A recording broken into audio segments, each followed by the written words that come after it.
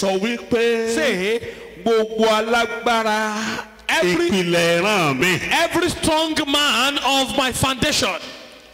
mo fẹ́ kó gbà dáadáa. I want you to pray it very well. Every generational strong man gbogbo- of my foundation. Gbogbo alágbára ìpìlẹ̀ inú ìran tí a ti bí mi. tí kì í tó máa ń sàn kéréré di èèwọ̀. That makes a goodness an abomination. olúwa sìnkú rẹ̀ láàyò ó yàdúrà orúkọ jésù ẹ̀mí mọ́ o gbogbo ẹ̀ ní alágbára ìpìlẹ̀ Every generational ilé strong man bàbá of my àti foundation. ìyá My mi father's, my mother's tí máa ń house. sàn rere That di makes a èèwọ̀ goodness an lórúkọ abomination. jésù kristi In the name of ọ̀rọ̀ ẹ̀ Jesus. sìnkú wọn láàyè Every bury them ẹ̀ alive. sìnkú wọn láàyè Bury them alive. ẹ̀ sìnkú wọn Bury láàyè them alive. gbàdúrà yín dáadáa. Pray that prayer point very well.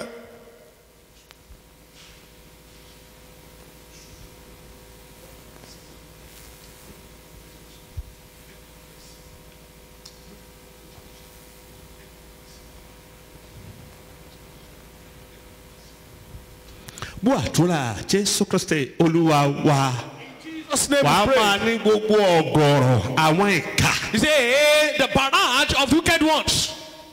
èyí tí wọ́n mú mi mọ́lẹ̀ tí wọ́n mú ògo mi mọ́lẹ̀ tí wọ́n mú iṣẹ́ mi mọ́lẹ̀ tí wọ́n mú ìgbéyàwó mi mọ́lẹ̀. Stagnated my life, my marriage, my work, and everything about ẹ̀mí me. mímọ́ fi wọ́n ṣòfò ó yà Holy àdúrà Spirit, wasted. orúkọ jésù ẹ̀mí mímọ́ o gbogbo àwọn ọ̀gọ̀rọ̀ The ìka barrage of the wicked ones. èyí tí wọ́n kó ara wọn jọ papọ̀ They got themselves together. tí wọ́n mú ayé mi mọ́lẹ̀ And stagnated tí wọ́n my mú life. àṣeyọrí mi mọ́lẹ̀ Stagnated my tí wọ́n mú success. ògo mi mọ́lẹ̀ Stagnated my tí wọ́n mú glory. ìgbéyàwó mi mọ́lẹ̀. Stagnated my mo marriage. sọ wípé iná àti àrá pa Fire wọ́n run and thunder máa pa destroy wọ́n them. run Destroy them. máa pa wọ́n Destroy run them. máa pa wọ́n run Destroy ìyanu them. rẹ sọ̀rọ̀. Out and pray.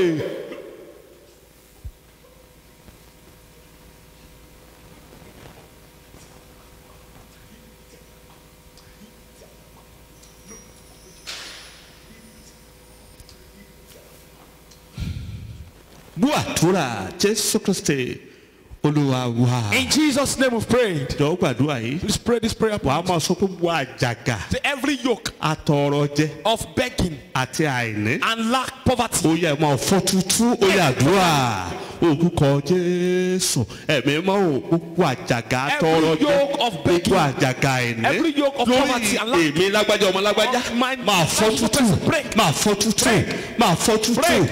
máa fọ́ tútù Break totally. ẹ̀yin àjàgà kéèyàn máa Yoke tọrọ of begging. àjàgà tí ń sọ ní dàláì ní àtònígbèsè The yoke that makes one ẹ̀fọ́ a beggar lórúkọ and jésù pauper. pẹ̀lú iná By ẹ̀fọ́ fire in the name of pẹ̀lú Jesus. iná ẹ̀fọ́ Fire break. pẹ̀lú iná ẹ̀fọ́ Fire break. pẹ̀lú iná ẹ̀fọ́. Fire break.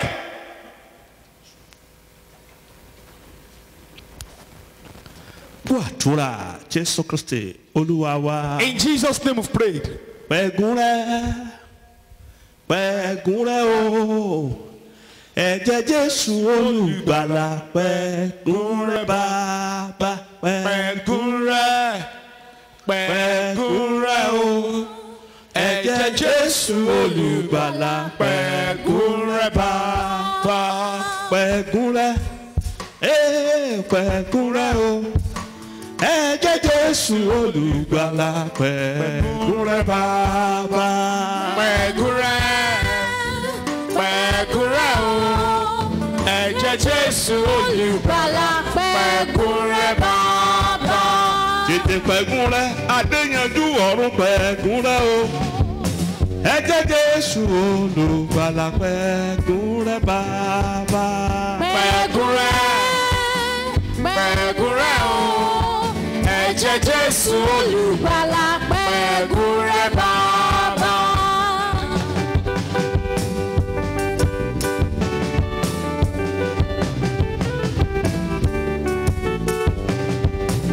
pẹ̀gùn rẹ̀ ọjọ́ ń lọ pẹ̀gùn rẹ̀ o ẹ̀jẹ̀ jésù olùgbàlà pẹ̀gùn rẹ̀ bàbá. Pẹ̀gúrẹ́ o, ẹ̀jẹ̀ Jésù olùgbàlà pẹ̀gúrẹ́ bàbá.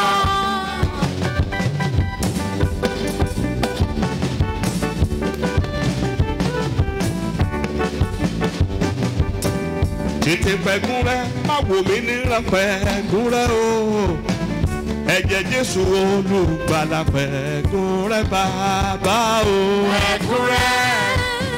Pẹ̀gúrẹ́ o, ẹ̀jẹ̀ Jésù olùgbàlà pẹ̀gúrẹ́ bàbá. pẹ̀gùn rẹ̀ má wò mí níran pẹ̀gùn rẹ̀ o ẹ̀jẹ̀ Jésù olùgbàlà pẹ̀gùn rẹ̀ tọmọtọmọ. pẹ̀gùn rẹ̀ o ẹ̀jẹ̀ Jésù olùgbàlà pẹ̀gùn rẹ̀ bàbá. Síjú Ọlọ́run mi síjú àdúgbò mi tètè síjú Ọlọ́run mi síjú àdúgbò mi má jẹ́ ó bọ́ lọ́wọ́ mi má jẹ́ tàràkà kí tó sóhun rere síjú Ọlọ́run mi síjú àdúgbò mi síjú o. Ọlọ́run mi síjú àdúgbò mi síjú Ọlọ́run mi síjú àdúgbò mi má jẹ́ ó bọ́ lọ́wọ́ mi má jẹ́ tàràkà kí tó sóhun rere síjú Ọlọ́run mi síjú àdúgbò mi.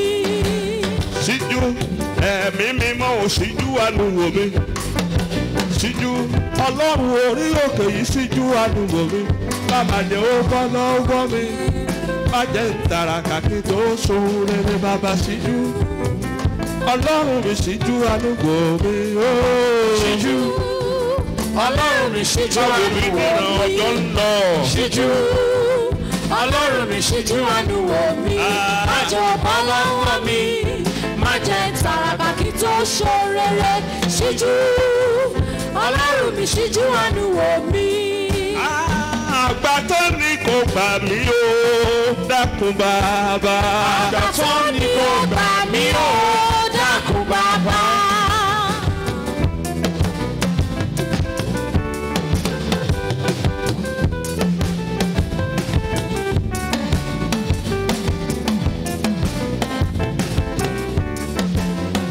Àgbà tó ní kò tètè gbà mí torí ọjọ́ ń lọ. Àgbà tó ní kò gbà mí o dákun bàbá. Àgbà tó ní kò gbà mí o màmá wò mí níran. Àgbà tó ní kò gbà mí o dákun bàbá.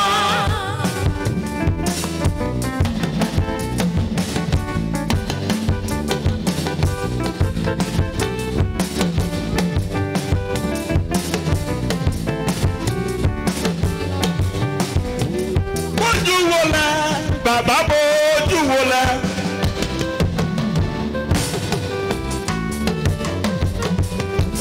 Bójú wọlé, ẹ̀mí mi má bójú wọlé. Ó yá gbọ́ ìmí kalẹ̀ wá. Bójú wọlé o. Bójú wọlé, bàbá bójú wọlé. Bójú wọlé, bàbá bójú wọlé. Gbọ́ ìmí kalẹ̀ wá. Bójú wọlé.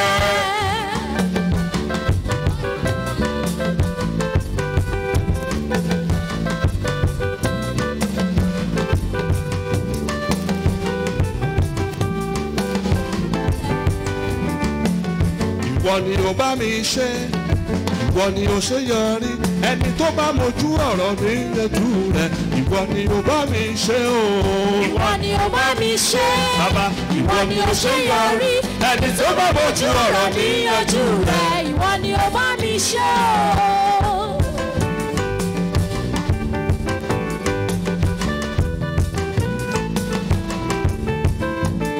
Ẹni tó bá mojú ọ̀rọ̀ ní yanjú rẹ̀ o. Ìwọ ni ó bá mi ṣe o. Ẹni tó bá mojú ọ̀rọ̀ ní yanjú rẹ̀ bàbá. Ìwọ ni ó bá mi ṣe o. Ẹni tó bá mojú ọ̀rọ̀ ní yanjú rẹ̀. Ìwọ ni ó bá mi ṣe o. Ẹni tó bá mojú ọ̀rọ̀ ní yanjú rẹ̀ o. Ìwọ ni ó bá mi ṣe o. Ẹni tó bá mojú ọ̀rọ̀ ní yanjú rẹ̀. Ìwọ ni ó bá mi ṣe o. Tó bá mojú ọ̀rọ̀ ní yanjú rẹ̀. Ìwọ ni ó bá mi ṣe o. Mojú ọ̀rọ̀ ní yanjú rẹ̀ o. Ìwọ ni ó bá mi ṣe o. Mojú ọ̀rọ̀ ní yanjú rẹ̀ o. Ìwọ ni ó bá mi ṣe o. Ó bá mojú ọ̀rọ̀ ní yanjú rẹ̀ bàbá. Ìwọ ni ó bá mi ṣe o. Ẹni ó bá mojú ọ̀rọ̀ ní yanjú rẹ̀ o. Ìwọ ni ó bá mi ṣe o. Ẹni ó bá mojú ọ̀rọ̀ ní yanjú rẹ̀. Ìwọ ni ó bá mi Àti ṣe sájà o. mojú ọ̀rọ̀ ní yanjú rẹ̀ o. Ìwọ ni ó bá mi ṣe o. Ẹni ó bá mojú ọ̀rọ̀ ní yanjú rẹ̀ o. Ìwọ ni ó bá mi Mo sọ ṣe pé ẹni o. ó bá mojú ọ̀rọ̀ ní yanjú rẹ̀ bàbá. Ìwọ ni ó bá mi ṣe o. Ìwọ ni ó bá mi ṣe o. Ìwọ ni ó bá mi ṣe o. Ìwọ ni ó bá mi ṣe o. Ìwọ ni ó bá mi ṣe o. Ìwọ ìwọ ni ó bá mi ṣe o, ìwọ ni ó bá mi ṣe o, ìwọ ni ó bá mi ṣe o, ìwọ ni ó bá mi ṣe o, ìwọ ni ó bá mi ṣe o, ìwọ ni ó bá mi ṣe o, ìwọ ni ó bá mi ṣe o, ìwọ ni ó bá mi ṣe o, ìwọ ni ó bá mi ṣe o, ìwọ ni ó bá mi ṣe o, ìwọ ni ó bá mi ṣe o. Apáta ìgbàlà wa lórúkọ Jésù gba ọpẹ́ wa. Amen. Afẹ́rí ó sọ̀kalẹ̀ wá. Amen. Ọkàn tí ń ṣe àmì wọn ẹgbà ìtúsílẹ̀. Amen. Ẹgbà ìtúsílẹ̀. Amen. Ẹgbà ìtúsílẹ̀. Amen. Ẹgbà ìtúsílẹ̀. Amen. Ẹgbà ìtúsílẹ̀. Amen. Lábẹ́ àjàgà kájàgà tẹ bá wà mo ní kẹ́ ẹgbà ìtúsílẹ̀. Amen. Ọ̀rọ̀ Ọlọ́run ti àṣẹ ó yẹ ẹgbà ìtúsílẹ̀. Amen. Gbogbo agbára tó dè yìí ó yẹ kó wọ ìdè. Amen. Ẹ̀mí tó dè yìí kó wọ ìdè. Amen. Mo tú iṣẹ́ rẹ sílẹ̀ kó gba ìtúsílẹ̀. Amen. Mo tú ìgbéyàwó rẹ sílẹ̀ kó gba ìtúsílẹ̀. Amen. Ọkàn rẹ kó balẹ̀. Amen. Lẹ́yìn àdúrà yìí padà tó kó dé bá ọ. Amen. Ògo ní forúkọ Olúwa. Hallelujah. Jésù Kristi Olúwa wa. Amen. Amen. Amen. In Jesus' name. Hallelujah. Hallelujah. Ìjọ mọ̀ wípé Do you know that ìkọlù àjèjì ó nílò àdúrà àjèjì. strange attack need strange prayer?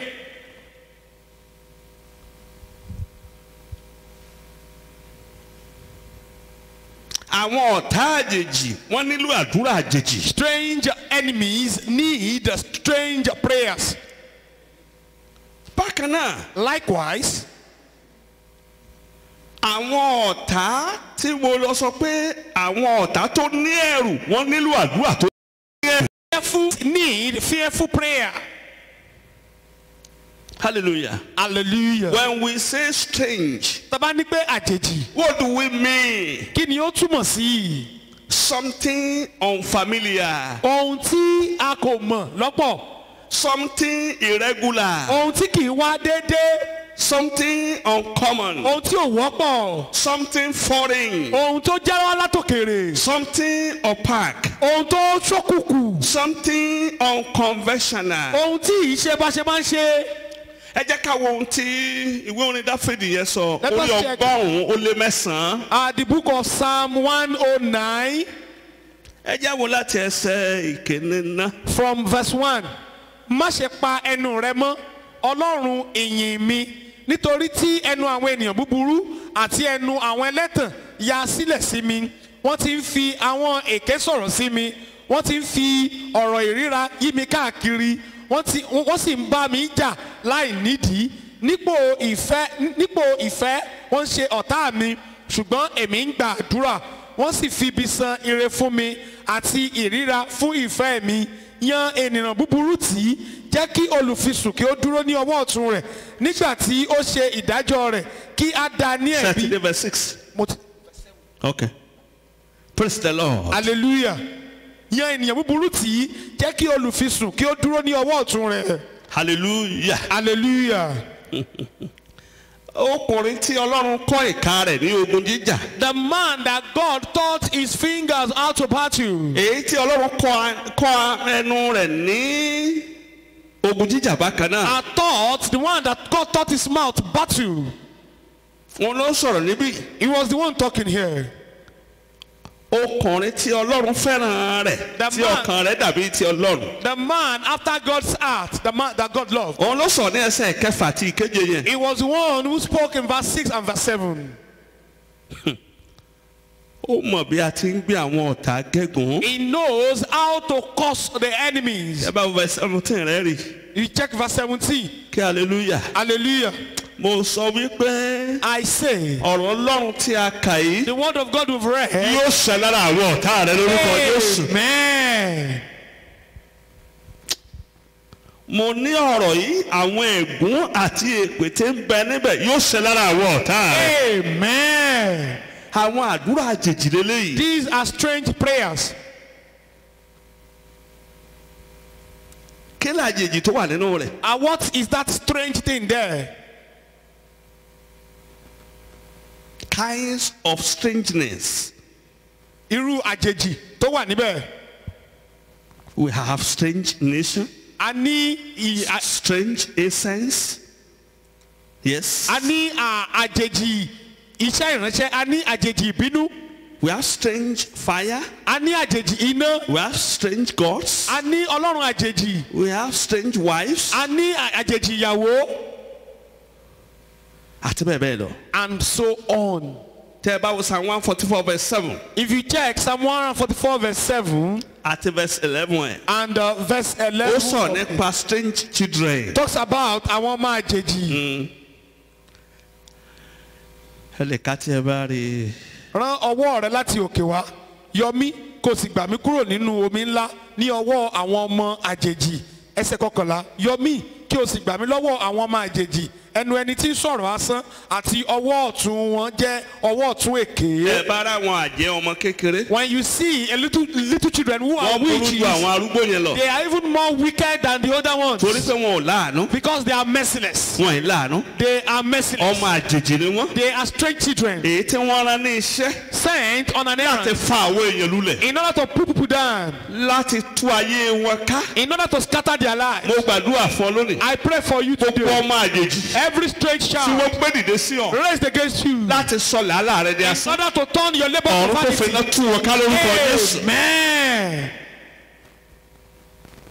Àdúrà tó bá jẹ́ àdúrà tó jẹ́ àjèjì wá gbà pẹ̀lú ariwo. Strange prayers, you pray it aloud. We have strange work. A ní iṣẹ́ àjèjì. We have strange doctrine. A ní àwọn ẹ̀kọ́ àjèjì. We have strange country. A ní ìlú àjèjì. Tí o bá jẹ́ kó o bá ṣalábàápàdé pẹ̀lú àwọn ọ̀tá tí wọ́n fi àmì òróró yàn. If you meet enemies who are anointed, O nílò àdúrà àjèjì. O dẹ̀ nílò ìgbékalẹ̀ tó jẹ́ àjèjì láti lè torí rẹ̀. you need a strange prayer and strange presentation for you to overcome them. Kí hallelujah. Hallelujah. Àwọn ọkọ àtìyàwó kan tí wọ́n ṣe ìgbéyàwó. A new couple. Ọkẹ sọ pé ìdílé kan tí wọ́n gbéyàwó tí ó ti pẹ́ pọ̀ tí wọ́n gbéyàwó. A new family that was established. Wọ́n gba ọmọ ọ̀dọ̀ kan tira. They employed a maid. Ó ti wà pẹ̀lú wọn fún ọdún mẹ́wàá. The maid has been there for 10 years. Wọ́n ní ọmọ mẹ́ta. And they have 3 children. Ọmọ ọ̀dọ̀ tí mo sọ yìí very hard working. This maid, ó jẹ́ tó tẹra mọ́ṣẹ́ gidi gan. Ṣùgbọ́n àwọn ọkọ àtàwọn yìí rí i pé nígbà tó dé ibì kan. But this husband and wife discovered at a point. Àwọn ọmọ wọn bẹ̀rẹ̀ sí ní ṣàìsàn. These children started to fall sick. Kò sí oògùn tẹ́ ẹ lè lò tí wọ́n sọ nígbà tẹ́ bá dán sukùtù tí wọ́n náwó lára wọn tó yá. There was no drug you could administer to them that they will be until take them to hospital and it's spined massively. That they will be fine. Ṣùgbọ́n. But arábìnrin ní oore ọ̀fẹ́ láti wá sínú ìpàdé àdúrà wa. This woman had the opportunity to come for a prayer. Nígbà tó ń wá. And when she came, ó gbọ́ àwọn irú àdúrà bíi eléyìí. she had prayers like this. Ó wá lọ gbàdúrà pé Olúwa kó fi àṣírí hàn ohun tó mú wàhálà àtàìsàn bá wọn ọmọ òun. And she went to pray that God should reveal the secret why is her children. Ó lọ sínú àwẹ̀ ọjọ́ méje. She fasted for 7 days. Nígbà tó di ọjọ́ keje. On the 7th day. Ní ẹ̀gbẹ́ bẹ́ẹ̀dì tó sùn sí. Beside her bed. Áńgẹ́lì kan dúró lẹ́gbẹ̀ẹ́ rẹ̀. An angel stood there. Ó ní ọmọbìnrin. And she said, woman. Ó fẹ́ máa àṣírí. You want to know the secret. Èyí tí mú káwọn ọmọ rẹ̀ máa ṣàìsàn. Why your children are falling sick. Olókè. Dìde. Rise up. Ó bá dìde. And she rose up. Ó lóun wá bẹ̀rẹ̀ sí ní gbúrò ẹsẹ̀ tó ń rìn kọjá nínú ilé ìdáná. Footsteps are going to and fro in the kitchen. Òun náà bá dé a fi ìka tó lẹ̀ lọ bẹ̀. And she tiptoed there. Nígbà tó débẹ̀. When she got there. Ó wá wo láti bí ihò kan. And she peeped through a hole. Ó ń wo ọmọ ọ̀dọ̀ rẹ̀ tó máa ń ṣiṣẹ́ dáadáa. She saw the hard-working maid. Ó gbé ọbẹ̀ láti wọ́n gbé sínú freezer jáde. She brought out the okra soup put in the freezer. Ó tọ̀ sí yà. And she urinated in it. Ó gbé ata jáde She brought out ọbẹ̀ ata tí wọ́n ti ṣètò gbé sínú ọbẹ̀. And the stew they had put in the freezer. Ó tọ̀ sí. She urinated. Ẹ̀yẹ́ fẹ́ pariwo. Person wanted to scream. Ẹ̀mí Ọlọ́run kò wọ́n sọ̀rọ̀. So God told her not to cry out. Ó bá rí tó gbé àwọn kan méjì iṣẹ́ ò tí ì tán síbẹ̀. And work had not Ó finished. bá gbé lọ sí ẹ̀yìn ilé. And she took it to the backyard. Ilé ó tún farabẹ̀ ó tún wò. And she was looking at her. Ó bá gbé àwọn kíni ẹ lọ́wọ́. And she carried this tooth. Pé ẹ̀yin òkùnkùn tẹ́ ẹ wà ní ìlà oòrùn. Darkness from the north. Ẹ̀yin agbára tẹ́ ẹ wà ní ìwọ̀ oòrùn. Powers are Ẹ ti bẹ ní àríwá àti gúúsù. and north and south, east and west. Ẹ máa bọ̀. Come Ẹ wọnú rẹ̀. and enter into it. Ìyẹn lòun ò rí nǹkan kan. Say, that one says, Ṣùgbọ́n bẹ́ẹ̀ ló ń sọ pé ẹ káàbọ̀. but I say, welcome, Ẹ káàbọ̀. welcome, Ẹ káàbọ̀. welcome, Ẹ káàbọ̀. welcome. Ó dẹ̀ gbé padà sun fúrísà ó dẹ̀ And pàdé. she took it back to the freezer and, Ìyẹn bá fi gbé ta. and that one shouted Lọ́wọ́ abẹ́sẹ̀ ní jẹ́wọ́. and started confessing. Wọ́n àrán òun láti wá pa yín. And she was not sent to kill you. Rárá. No. Wọ́n ní kí n pa ní kí n rí wípé ẹ ná owó lórí àìsàn títí tí ẹ ó fi di aláìní tẹ́ ẹ mọ̀ tọrọ jẹ. And our assignment was to make sure that they spend money on sickness till they become beggar. Kì í ṣe pé òun fẹ́ pa yín. Not that she wanted to kill them. Ṣùgbọ́n ó pe àwọn ẹ̀mí tó lágbára ju òun fún ara rẹ̀ lọ. She called spirits that are more powerful than she does. Láti lè sọ ẹni ẹdí ẹni lẹ̀ láti sọ aṣíwájú ẹni wájú rẹ̀ dẹ́ni ẹ̀yìn. In order to make their life stagnant and make them so Mo backward. gbàdúrà fún ọ lónìí. I pray for you. Orúkọ Jésù Kristi. In the name of Jesus Gbogbo Christ. àwọn ẹ̀mí tó ní agbára. Every spirit that are powerful. Èyí tí wọ́n pè wọ́n ní iṣẹ́ rẹ̀. Call into your wall. Èyí tí wọ́n pè wọ́n ní ìgbéyàwó Call into rẹ̀. your marriage. Èyí tí wọ́n pè wọ́n ní àwọn ọmọ Call rẹ̀. into your children. Èyí tí wọ́n pè wọ́n ní ilé ọkọ rẹ̀. Call into your matrimonial Èyí tó home. ń sọ ní ìdílẹ̀ tí ń sọ ní ìdẹni èyí tí ń sọ ní Make one spirit ìdónígbèsè. of burglars and of Mo sọ pé iná láti ọ̀rọ̀ ó yá kọlù ọ́. Amen. Hallelujah. Hallelujah.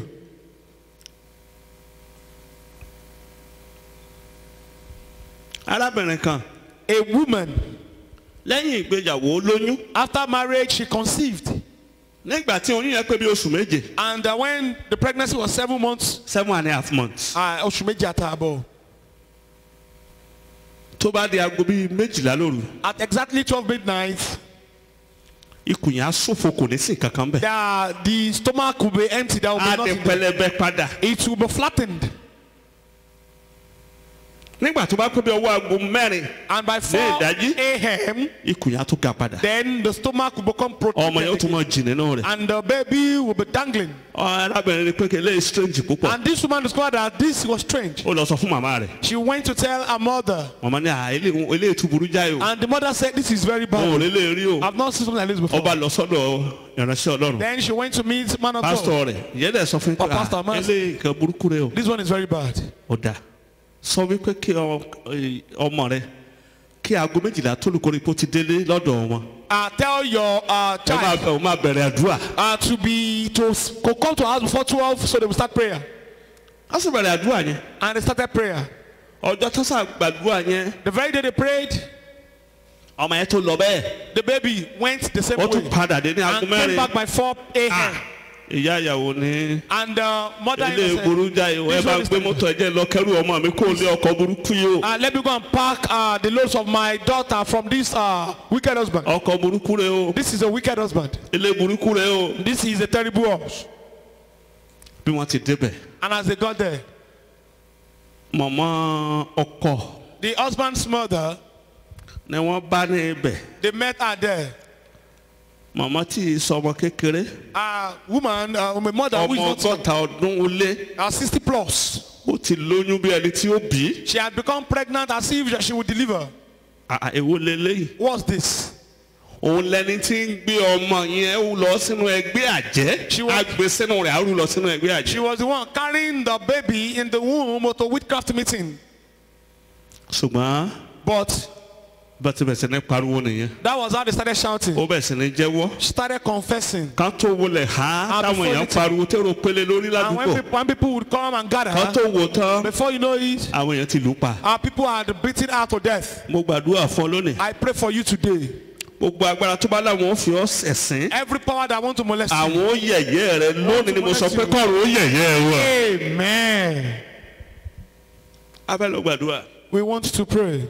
tó bá jẹ́ pé ìránṣẹ́ Ọlọ́run ajínrere ni ọ́. If you are a minister of God, an evangelist, ó jẹ́ àwọn tó máa ń gbàdúrà fún àwọn ènìyàn. and you pray for people, ó ti nírú àwọn nǹkan àjèjì bí you will have eléyìí. seen strange things like that before. ó ti rí wọn dáadáa You will àwọn have seen ìṣẹ̀lẹ̀ many of àjèjì bí them, eléyìí. strange occurrences. ó ti rí ọ̀pọ̀lọpọ̀ You will rẹ̀. have seen many of it.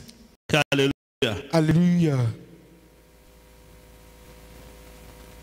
arákùnrin kan A man, ó tó bí ọmọ ogójì ọdún. 40 years old, ó ṣe ìgbéyàwó àkọ́kọ́ ní ọmọ ọdún méjìlélógún. he did his first wedding at nígbà tí ó fi 22. pé ogójì ọdún. By the time he would be 40, ó ti ṣe ìkọ̀sílẹ̀ ìyàwó méje. he had divorced 7 wives. kò mọ̀nà tí ó máa gbà bọ́. He did not know how to be delivered.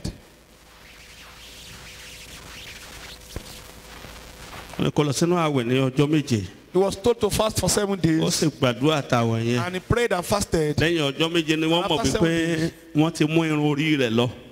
He got to know that they are taking away the hair on wọ́n ti his fi head. irun orí rẹ̀ ṣe onírúurú àwọn àrà burúkú láti yí ayé rẹ̀ po. Use the hair on his head to perform different wọ́n fi things yí ògo rẹ̀ po. to change his glory.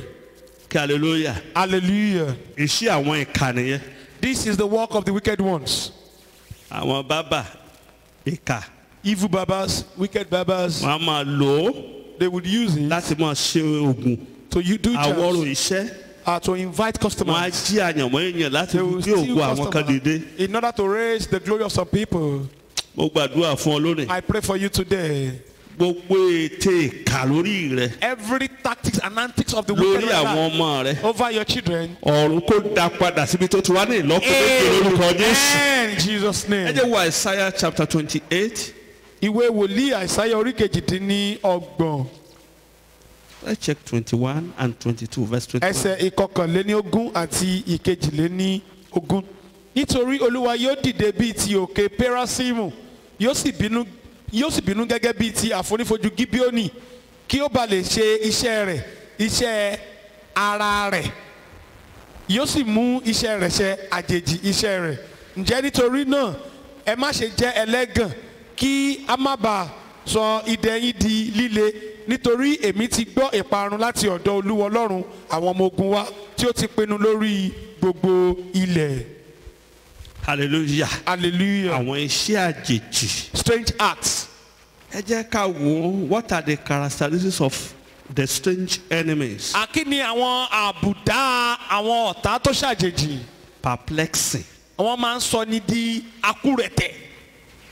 medical frustrations. Wọ́n máa yọni lẹ́nu nípa ti ètò ìlera tìtọ́jú. resistance to normal prayers. Àwọn àdúrà téèyàn ń gbà wọ́n máa takò.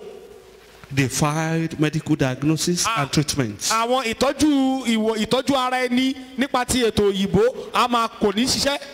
the person become a customer of the witch doctors and satanic prophets. Irú ẹni bẹ́ẹ̀ yóò wá máa tójú bọ ilé àwọn babaláwo àti àwọn wòlíì Sátánì.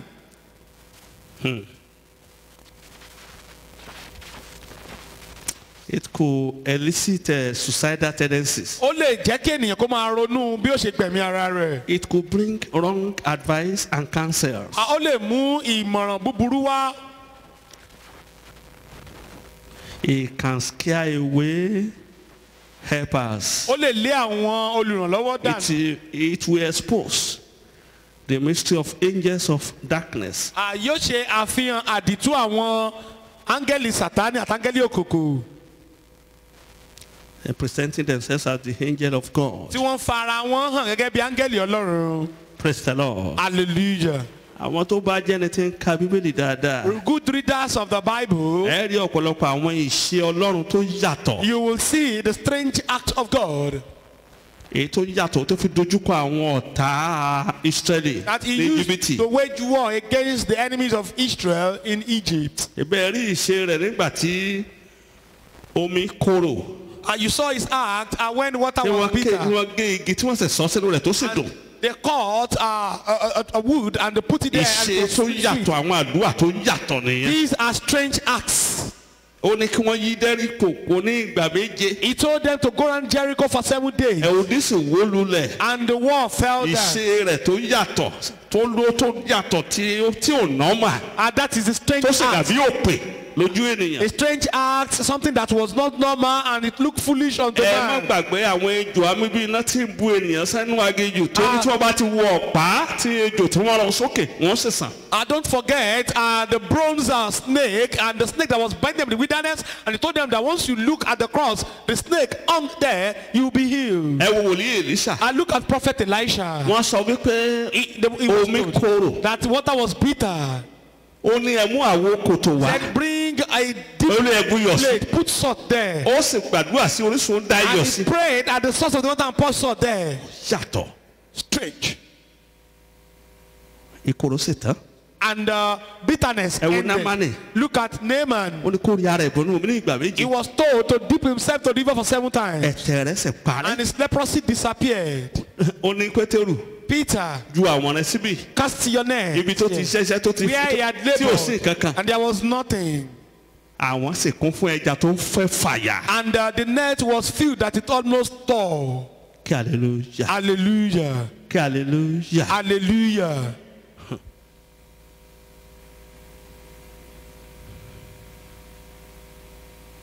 God's strange prescription does not make sense with the logic of man. Àwọn àlàkalẹ̀ ìtọ́ni Ọlọ́run tó ṣàjèjì kì í ní ìtumọ̀, ó máa ń jẹ́ bí òpè sí ọgbọ́n ènìyàn. Spiritual logic is foolishness to the carnal man. Ọgbọ́n àtinúdá ti ẹ̀mí ó jẹ́ ohun òmùgọ̀ bí òpè sí ènìyàn. mo fẹ́ kó yóò yé wa lónìí. I want us to understand nígbà tí today. ènìyàn bá ní ọ̀tá tó yàtọ̀. When one ọ̀tá has àjèjì. a unique or strange ó enemy, nílò àdúrà àjèjì you láti need strange dojú prayer kọ. to wage war against them. àwọn àdúrà rẹ́rẹ́ kò rà. Just a gentleman prayer cannot solve the problem. Principles of strange prayers. Àwọn àlàálẹ̀ àdúrà tó ṣàjèjì. Make God your friend. Sọ Ọlọ́run di ọ̀rẹ́ rẹ. Pray an inquiring prayers. Gba àdúrà ìwádìí. Pray an exposure prayers. Àgbà àdúrà títú àṣírí. To know who and who is in charge. Láti lè mọ àwọn ẹni tó wà nígbọnú nǹkan. Attack their power base. Àkọlù ibi ilé agbára wọn. Pray to crush their protection. Gbàdúrà láti lè rún ohun tó fi ń ṣe ààbò. Pray to cut up their unity. Gbàdúrà láti lè fọ́ ìfìmọ̀ṣọ̀kan wọn ká. Pray to melt away their support. Gbàdúrà láti lè yọ àwọn agbára tó fún wọn lágbára. Pray to silence their voices. Gbàdúrà láti lè pa ohùn mọ́ wọn lẹ́nu. Pray to sack their priest. Gbàdúrà láti lè rọ àwòrò wọn nípò. Pray to break down their altars. Gbàdúrà láti lè fọ́ pẹpẹ wọn. Hallelujah. Hallelujah. Arábìnrin kan. A woman. A sister stopped menstruating at age of 25. Arábìnrin yìí ó dẹ́kun àti máa ṣe nǹkan obìnrin lóṣooṣù nígbà tó jẹ́ ọmọ ọdún márùndínlọ́gbọ̀n. lẹ́yìn ọdún méjì lẹ́yìn rẹ̀ ó lọlé ọkọ. 2 years after she got married. àwọn dókítà yẹ̀wò títí. Doctors examined her. nígbà tí wọ́n ṣe àyẹ̀wò. And when she was wọ́n examined, rí i pé they discovered that kò sí ilé ọmọ níbẹ̀ rárá. there was no more womb. wọ́n wá tí wọ́n rí. They could not find womb. nígbà tí àdúrà wa gbóná. And when prayer was spirited, tí àdúrà yẹn gbóná tó prayer débi was kan. spirited to a point. Olúwa sọ wípé. The Lord said, torí pé ọmọbìnrin careless nípa menstrual pad yẹn. because this sister was careless with the menstrual pad, wọ́n ti mú un lọ. it had been taken. wọ́n ti lo ẹ̀jẹ̀ rẹ̀. They had used the blood. nígbà tí àdúrà lé àdúrà wípé Olúwa sìnkú àwọn èèyàn bíi Ámánì. Was tough. Prayer like God, bury people like Ammon. lójú ẹsẹ̀ kò pẹ́ púpọ̀. Not quite long. nǹkan oṣù rẹ̀ bẹ̀rẹ̀ sí ní wá. Her menstruation started coming again. ilé ọmọ rẹ̀ sì fara hàn. And her womb appeared. jẹ́ kí n sọ fún yín. Let me tell you. ayé ti di ibùgbé ìkà The tó sì world burú púpọ̀. has now become the habitation of the wicked. So terrible. hallelujah. Hallelujah. Ayé ti di ibi tó léwu gan. The world has become a terrible place. Very dangerous. Ọ̀pọ̀lọpọ̀ tó rí lónìí tí wọ́n ń gbàdúrà tí ò láàánú. Many people you see today are praying merciless prayer. Ohun tí ojú wọn ti rí ló fà o. It is as a result of what they've experienced. Ohun tí ojú wọn ti rí ni o. What they've experienced. Ẹlòmíràn sá aṣọ síta kó tó ní wọ́n ti fi nǹkan sí i lára. And some spread their clothes outside and before they came back something has been put there. Ẹlòmíràn ó ya wèrè dáhùn. And some ran mad. Ó wá bọ́ nínú rẹ̀ wá ní kó gbàdúrà tó And God tutù. delivered and want them to pray gentleman prayer. Kí hallelujah. Hallelujah. Ọ̀pọ̀lọpọ̀ a máa fáwọn àwọn alágbèlówó. Many people giving beggars arms. Ẹgbẹ́lẹ́. Have this. Ó rò pé òun ran àwọn èèyàn lọ́wọ́ ni òun fẹ́ gbá àwọn èèyàn gidi dìde ní o. Thinking of helping them lift people. Àwọn tí wọ́n gbowó lọ́wọ́ rẹ̀ tí wọ́n ń ságbé. Those who are begging for who collected money from Wọ́n á them. tún lọ gádà owó yẹn papọ̀. Wọ́n á gbé lọ sí shrine. Take it to the shrine. Á gbé lọ sí ojúbọ. Take it to the shrine. Láti fi gba àyànmọ́ àwọn tó fún wọn lówó. In order to collect the destiny of those who gave them money. Ayé ìkàtà wà nínú rẹ̀ nìyẹn. And that is the wicked one that we have. Àárín àwọn ìkàtà gbé nìyẹn. And that is the midst of the wicked ones we are living. Àwọn ìkà tí a ń bá ṣiṣẹ́ pọ̀ tàbí tá a gbà ṣiṣẹ́ nìyẹn. These are the wicked ones we are working together with or employed. Ìdí nìyẹn tó jẹ́ pé o gbọ́dọ̀ gbàdúrà tó jẹ́ àjèjì tó o bá ti dojúkọ àwọn ọ̀tá àjèjì. That is why you have to pray strange prayers when you are faced with strange enemies. O gbọ́dọ̀ ṣeré pẹ̀lú wọn. You must not toy with them. À ń lọ sínú àdúrà We báyìí. are moving to prayer Ṣùgbọ́n segment tó o bá now. ti fi ayé rẹ fún But Jésù. if you have not given your life to Jesus fẹ́ kó o Christ, tẹrí rẹ bá I níbi want tó you to wà. bow down your head where you Bẹ́ẹ̀ mo sọ are. fún I Ọlọ́run. want you to tell God, Olúwa gbà mí. Lord, deliver me. Mo fi ayé mi fún I ọ. give my life unto you. Gbà mí lónìí. Help deliver me. Gbà mí lónìí. Deliver me. Ó jẹ́wọ́ àwọn àìṣedéédé mi. I confess all my Mo iniquities. gbà pé ẹlẹ́ṣẹ̀ ni mo. I know that I'm a sinner. Mo sì jẹ́wọ́ rẹ̀. And I confess my Olúwa sins. fàánú gbà Lord, mí. deliver me. Dáríjì mi. Forgive Mi ò me. ní ṣe bẹ́ẹ̀ mọ́. I won't do that Orúkọ again. mi sínú ìwé yìí Write lónìí. down my name in the book of life today. Fún mi ní agbára láti máa tẹ̀síwájú. And give me the strength to move forward. Jésù Kristi Olúwa wa. Jesus' name we pray. Mo fẹ́ kí gbogbo àwọn èèyàn dìde dúró mi tẹ̀tí Want wò ó. everybody to rise up where you are. Mo fẹ́ kó o pariwo. I want you to cry out. A fẹ́ máa gbàdúrà àdúrà tó jẹ́ àjèjì I báyìí. want to start praying straight prayers now. Wàá máa sọ pé You will say, gbogbo ẹ̀yin ọ̀tá àjèjì every strange enemy tá a yàn tì mí. assigned against me, Please pray aggressively. jọ̀ọ́ gbàdúrà tipátipá. Gbogbo ẹ̀yin ọ̀tá àjèjì tí a Every yàn tì strange mí. enemy assigned against me Láti sọ mí dẹni lẹ̀. to make me so Wàá máa sọ pé áńgẹ́lì ẹ̀mí máa gbá wọn létí ó yá àdúrà. Orúkọ Jésù. Ẹ̀mí máa ò gbogbo ẹ̀yin ọ̀tá àjèjì. every strange Tá a enemy yàn tì mí. stand against Tá a me. yàn tí ọmọ mi. Stand against my children. Áńgẹ́lì Olúwa àlàyé. Angel of the living Máa God. gbá wọn létí. Slap them. Òwe gbá wọn létí. Slap them. Gbá wọn létí. Slap them. Gbá wọn létí. Slap them. Lù wọ́n bolẹ̀. Beat Gbá wọn them. létí. Slap Lù them. wọ́n bolẹ̀. Beat them. Gbá wọn létí. Slap them. Lù wọ́n bolẹ̀. Beat them. Dánú rẹ̀ Put gbàdúrà. your mouth and pray.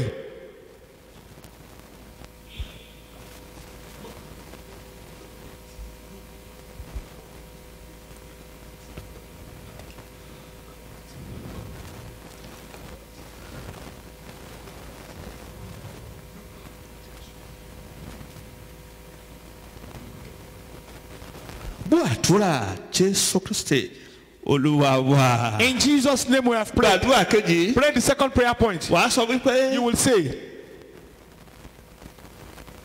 ìbẹ̀rẹ̀ àti òpin nínú ẹgbẹ́ òkùnkùn tá a yàn tì mí. beginning and the end in the realm of darkness assigned against me. Alpha and Omega of Coven Ìbẹ̀rẹ̀ àti òpin inú ìdì tí a yàn tì mí. assigned against me. Wàá máa sọ pé Olúwa lù pa àdúrà. Orúkọ Jésù. Ẹ̀mí mímọ́ ò wá láṣẹ òkùnkùn. Evil authority Inú àjọ àwọn àgbà.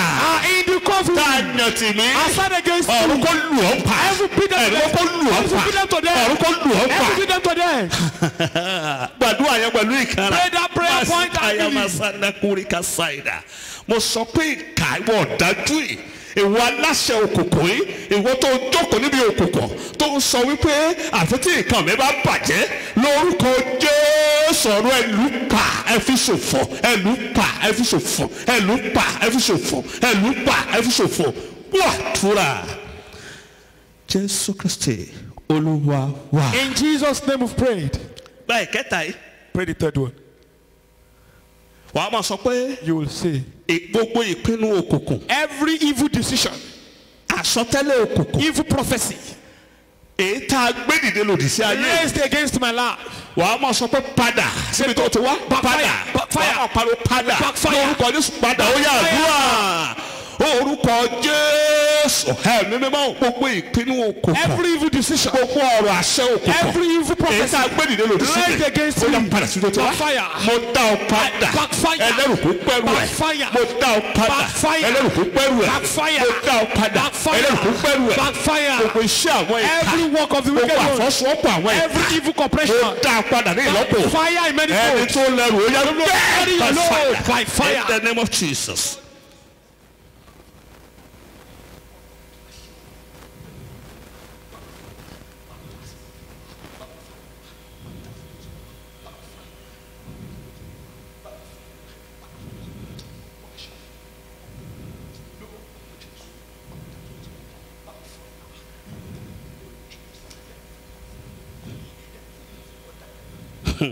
gbàdúrà yìí hàn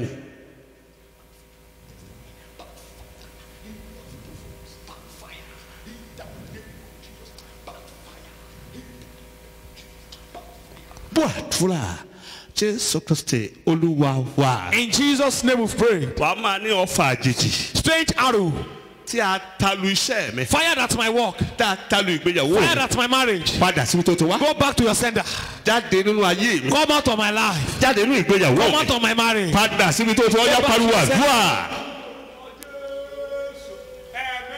gbogbo ọfà yín ká Every arrow of the wicked one, èyí tá a talu mi fired at me, tá a talu iṣẹ́ mi fired at my mo work. dá yín padà I send you back síbi tẹ́ ẹ ti wá for your sender. ẹ máa padà Go back. ẹ máa padà Go back. ẹ jáde lára mi Come out of my body. ẹ máa padà Go back. ẹ jáde lára mi Come out of my ẹ máa body. padà Go back. yanu rẹ gbàdúrà ẹ Pray dáadáa. about and pray very well.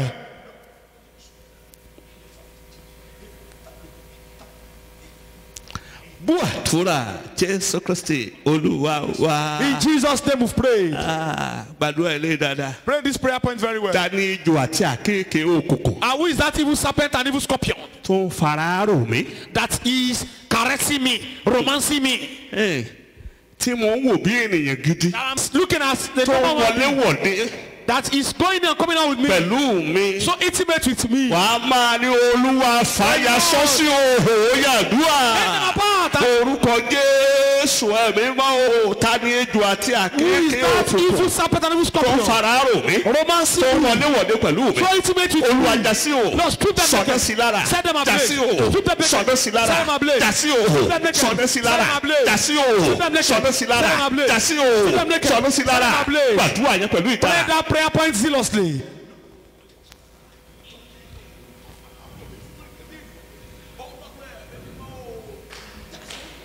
ara ọkàn àti ẹ̀mí mi ó tó gẹ́ báyìí gbogbo àwọn ìka gbogbo àwọn ejò All the gbogbo àwọn wicked ones, akéèké ènìyàn serpent, scorpion in human tí wọ́n form, wọléwọ̀de pẹ̀lú so mi intimate with tí wọ́n me, bà nǹkan mi jẹ́ destroying tí everything. wọ́n I have. fara rò mí tó fara rò iṣẹ́ mi. Olúwa sọ̀nà sí wọn lára Lord, set them dáwọn sí ablaze. òhò Strip them naked. sọ̀nà ìtìjú sí wọn lára Place the fire of sọ̀nà àìsàn sí wọn lára Place of sickness on fún them. wọn sẹ̀sẹ̀ gbangba. And disgrace them openly.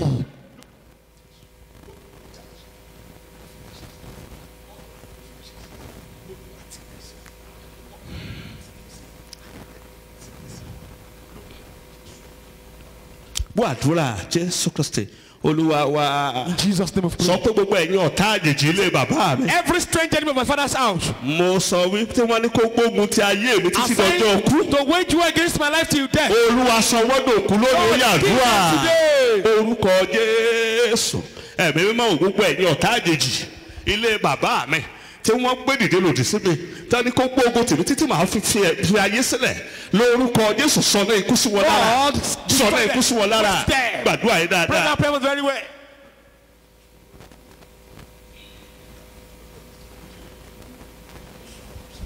wọ́n àdúrà Jésù Kristi Olúwa wa. In Jesus' name of prayer. gbogbo ẹ̀yin ọmọ àjèjì Every strange child, tí ọ̀tá yàn tì and mí. the enemies are sent against me. o lè jẹ́ wọ́n lọ náwó lé wọn You lórí. may be the one spending on o lè them. máa sanwó You may be the sùkúrù one wọn. paying their tuition. o lè máa fọ You may be lóúnjẹ. the one feeding o lè them. máa ràn wọ́n lọ́wọ́. Maybe helping so them. bẹ́ẹ̀ rẹ́sẹ̀ ìbí ni But wọ́n. they are evil wàá agents. máa ní Olúwa ti náà ẹkún ti náà fọ̀bọ̀ wọn lára ó yà Place the àdúrà. fire of sorrow on them. orúkọ Jésù so ẹ̀mí mọ́ gbogbo ẹ̀yin ọmọ àjèjì. Every strange child. èyí tí ọ̀tá yàn tì mí. The enemy sent against you. láti máa bá àkàn mi jẹ́. láti sọ mí lẹ́nu àlẹ́ láì tú. Olúwa sọ̀nẹ́ sí wọn lára. sọ̀nẹ́ sí wọn lára. sọ̀nẹ́ sí wọn lára. sọ̀nẹ́ sí wọn lára. sọ̀nẹ́ sí wọn lára. sọ̀nẹ́ sí wọn lára. sọ̀nẹ́ sí wọn lára. iná ẹ̀sìn Olúwa tí mo wọ́n lára. Place it on them. àwọn ọmọ àjèjì tẹ́ ní kó já olúlẹ̀ kó já ọbọ̀ kó sọ ọ́ dẹ́ni ilẹ̀.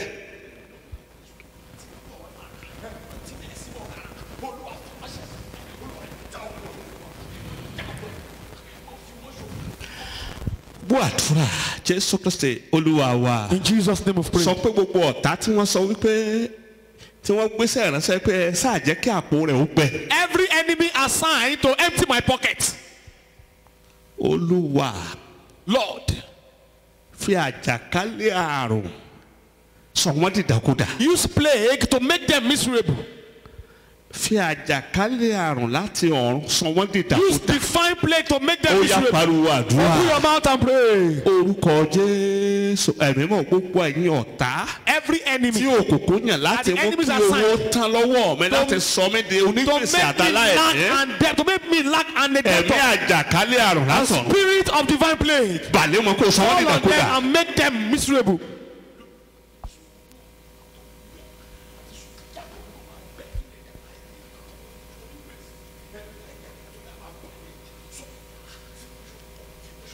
bó àdúrà Jésù Kristi Olúwa wa. In Jesus' name we've prayed. gba ilé ìwà sọ wípé Pray this one you will say. òkùnkùn tó ń pe ìpàdé òkùnkùn nínú ilé mi. Darkness that is summoning evil meeting in my house. òkùnkùn tí ń pe òkùnkùn lé mi lórí. Darkness that is inviting darkness over my máa ní life. Olúwa yà wọ́n ní wèrè ó yà àdúrà. Let me say. orúkọ Jésù ẹ̀mí mọ́ gbogbo agbára òkùnkùn tí ń pe òkùnkùn lé mi lórí. Darkness summoning darkness over my life. òkùnkùn tí ń pe ìpàdé òkùnkùn nínú Darkness ilé mi. summoning evil meeting in my Olúwa house. yà ní wèrè. Lord, make them yà out. ní wèrè. Make them out. yà ní wèrè. Make them out. tiná bọ̀ lára. Bless all of yà ní them. wèrè. Make them out. tiná bọ̀ lára. yà ní wèrè. Make them out. gbàdúrà yín Let dáadáa. that prayer point very well.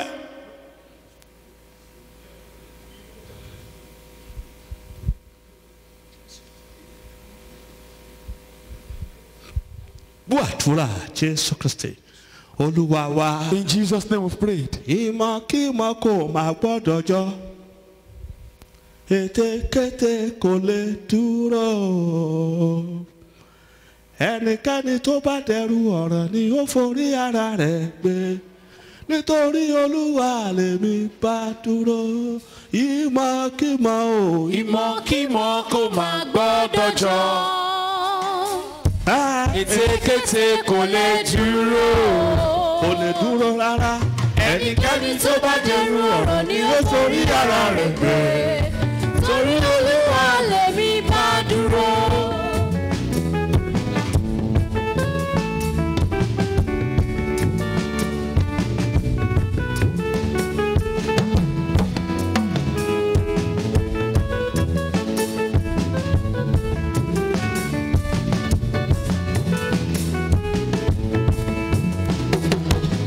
ìmọ̀kímọ̀ kò máa gbọ́dọ̀ jọ ètekéte kò lè dúró ẹnikẹ́ni tó bá dirú ọ̀ràn kò forí ara rẹ̀ gbé torí Olúwa lèmi bá dúró ìmọ̀kímọ̀ o. Ìmọ̀kímọ̀ kò máa gbọ́dọ̀ jọ. lórí ọmọ lórí ọkọ Ètekéte kò lè dúró. kò gbọ́dọ̀ dúró rárá. Ẹnikẹ́ni tó bá dẹrù ọ̀rọ̀ ni ó forí ara rẹ̀ gbé. Torí Olúwa lèmi bá dúró. wọ́n bí mi Olúwa fèsì wọ́n bí mi Olúwa fèsì ọ̀tá ń bí mi Olúwa fèsì sọ̀rọ̀ mi o kó jàyé lójú. Wọ́n bí mi Olúwa fèsì. Wọ́n bí mi Olúwa fèsì. Wọ́n bí mi Olúwa fèsì sọ̀rọ̀ mi kó jayé lójú.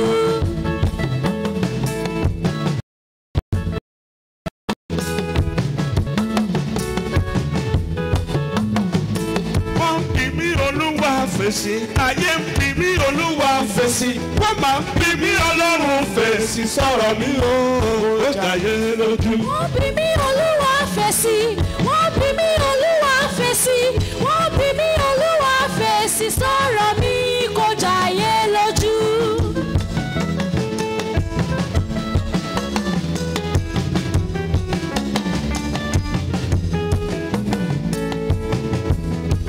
ọlọ́wọ́ ńlá ọlọ́wọ́ ńlá bàbá náwó rẹ̀ o ọlọ́wọ́ ńlá ọlọ́wọ́ ńlá ọlọ́wọ́ ńlá bàbá náwó rẹ̀ o ọlọ́wọ́ ńlá ẹ̀yin lọ́lọ́wọ́ ńlá oníṣẹ́ ìyanu ẹ̀mí mímọ́ náwó rẹ̀ o ọlọ́wọ́ ńlá ọlọ́wọ́ ńlá ọlọ́wọ́ ńlá bàbá náwó rẹ̀ o ọlọ́wọ́ ńlá.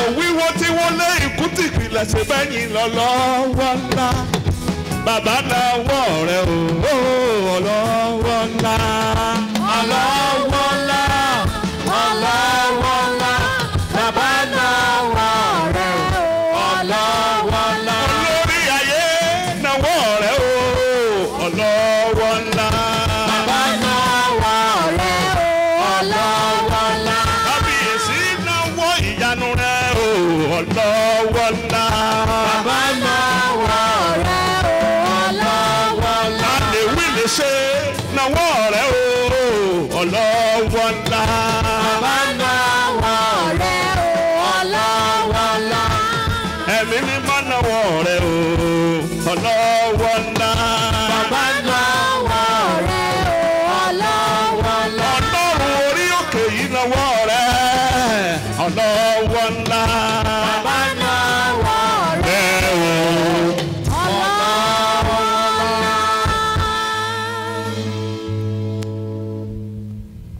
yá gbàdúrà ẹ̀yọ́ kẹ́ Let's pray this. sọ wípé Let's pray. Say, gbogbo ète ìkà lórí mi every plan of the wicked over my life. ẹ̀dì asán Talk to ẹ̀dì nothing. òkú ó yá pariwo àdúrà orúkọ Jésù gbogbo ète ìkà Every plan of the wicked lórí mi over my life. lórí àyànmọ́ For my destiny. ẹ̀dùkú Die. ẹ̀dùkú Die. ète ìkà dùkú Plan of the wicked die. ète ìkà dùkú Plan of the wicked die. ète ìkà Plan of dùkú the wicked die. máa dùkú lórí Die over my life. dùkú lórí Die over my life. pariwo gbàdúrà ẹ̀ dáadáa Pray very well. ibikíbi táwọn ìka bá ti ń Wherever pété the wicked ones are tó planning lòdì sí ọ that is contrary kó máa dùkú o to die. kẹlẹ́rù gbẹ́rù Let us ẹ̀ go carry it. gbàdúrà ẹ̀ dáadáa. Pray that prayer point very well.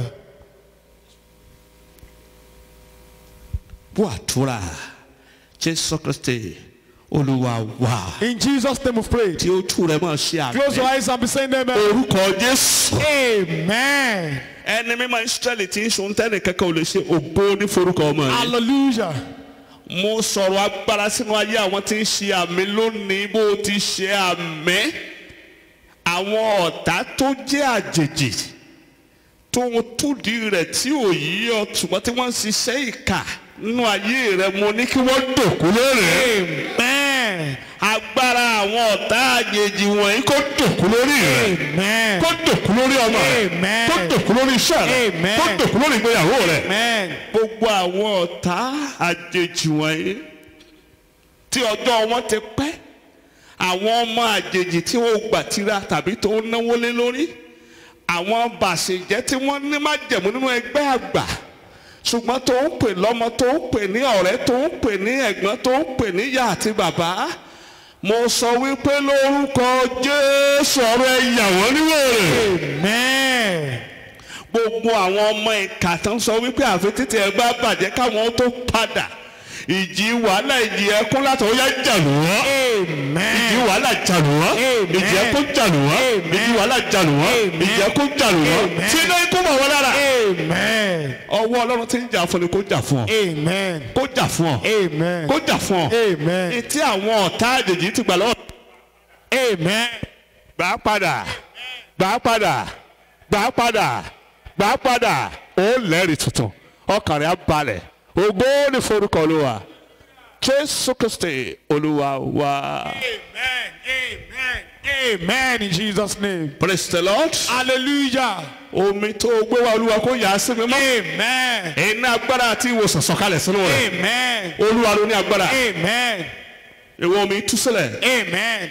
lọ wòsàn. Amen. lọ múláradá. Amen. lọ gbé dìde. Amen. sọ́dí ọ̀tún. Amen. sọ́dí òmìnira. Amen. gbogbo àjàgà ìkà lórí rẹ ó yá fọ́ tútú. Amen. iṣẹ́ àwọn ọ̀tá àjèjì kó tòkú tó bá tẹ mọ́. Amen. ẹ̀jẹ̀ Jésù kó darapọ̀ mọ́. Amen. kó níbẹ̀ kó ṣẹ bẹ́ẹ̀. Amen. ògo ni forúkọ Olúwa. Hallelujah. ògo ni forúkọ Olúwa. Hallelujah. Jésù Kristi Olúwa wa. Amen. Amen. Amen. lẹ́ẹ̀kan sí mo kí a pé a pé. Service we hold in church on Sunday lédè agogo mẹ́jọ sí mẹ́sàn-án. by 8 a.m. to end by 9. ìsìn ẹyọkan la ó ṣe. We are going to do one orí kò service. tètè dé. Make sure you come on time. yóò dára fún ọ Shall lórúkọ we all in Jésù. Jesus' name?